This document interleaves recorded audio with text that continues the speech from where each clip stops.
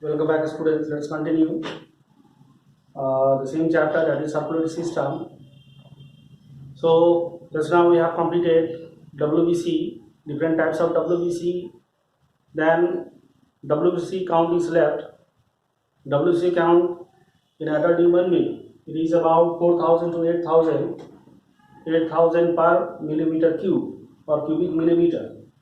Then the abnormal increase and decrease in this WBC count may causes the diseases.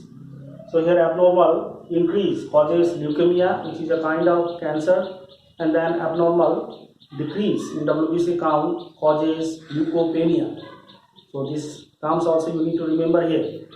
Then after that we will start another topic, that is platelets. About platelets, many points we have already discussed. So we have already learned that blood platelets mostly concerned with blood clotting. So here in this topic we will learn what is meant by this blood clotting, what is blood clot, and how this blood clotting is carried out in our body.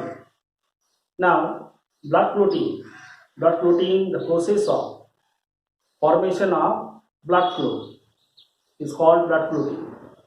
When the blood vessels get injured, then on the injured part a red mass of blood is developed, to stop the flow of blood.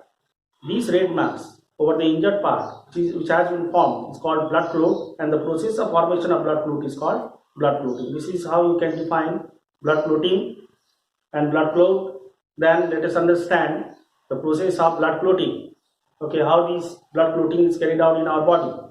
Now, first what happens as soon as our blood vessels get injured, then the platelets present in the blood breaks up. It releases the enzyme called thrombokinase. It releases the enzyme called thrombokinase.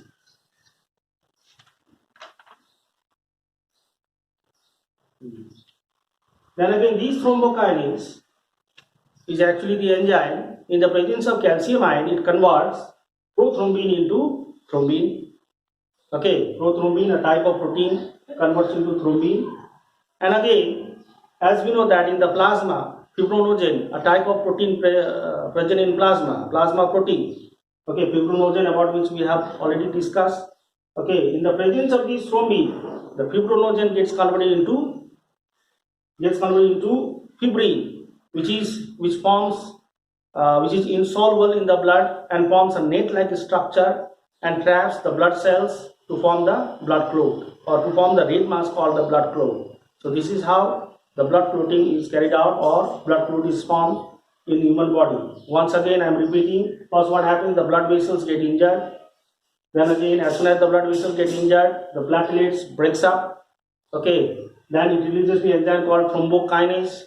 Then this thrombokinase, in the presence of calcium ion, converts prothrombin into thrombin. Prothrombin is actually the inactive form, and it converts it into active form, thrombin. Then in the presence of this thrombin, the fibrinogen, a blood plasma protein gets converted into an insoluble compound called fibrin. This fibrin forms net-like structure and traps most of the blood cells, and thereby it forms a red mass over the injured part called the red blood. So this is how blood clot is formed, or blood clot is carried out.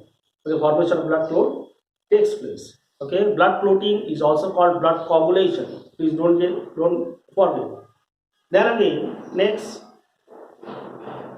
sometimes you might have noticed that, like as soon as the blood vessels get injured, then the blood clot is formed.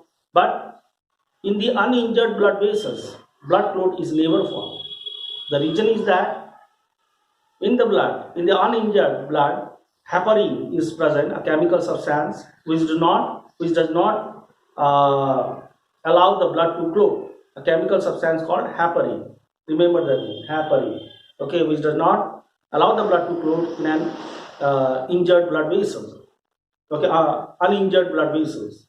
So that is there, heparin, chemical substance. Remember the name.